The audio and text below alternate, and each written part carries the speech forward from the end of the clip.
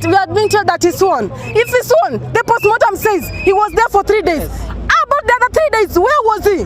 What has brought him to the street is that the DCI are taking this matter slowly.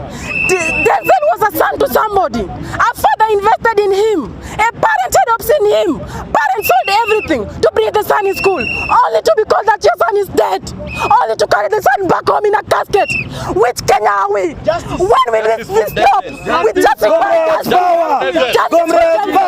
Mimi kitu naweza waambia, imetuuma kama comrades. Watu wanakufa, watu wanauawa, watu wanabductiwa, watu wanatupwa, watu wanakejeliwa. Kenya tunataka ni kuwa Denzel afanyiwe justice. Hatuwezi tutikane. And other fallen soldiers. We are here. We are the Gen Z. We are the leaders of tomorrow. We feel the pain of our parents. We don't want the police officers who are blocking us to come inside here. We just want the investigating team to tell us what is the action that they took. How far are they? Because we can't keep on coming here. Today is on a Friday, right?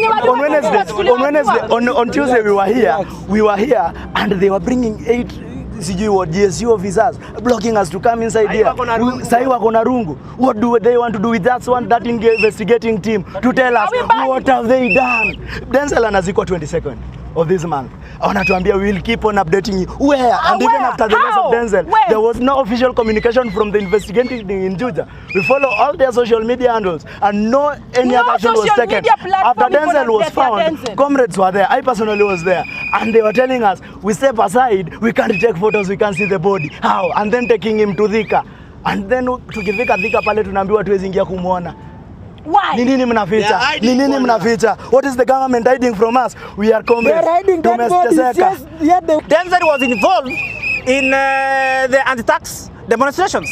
After that, he was abducted on 26th of June this year, when state operatives, including the incompetent National Intelligence Service, was abducting people.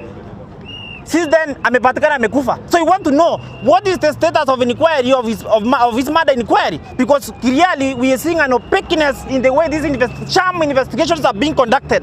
These are sham investigations.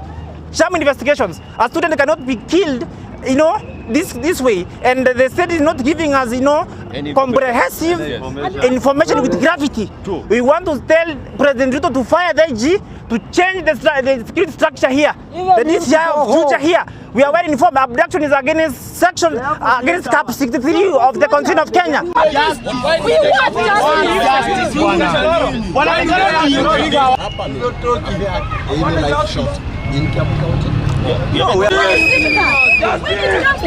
did you?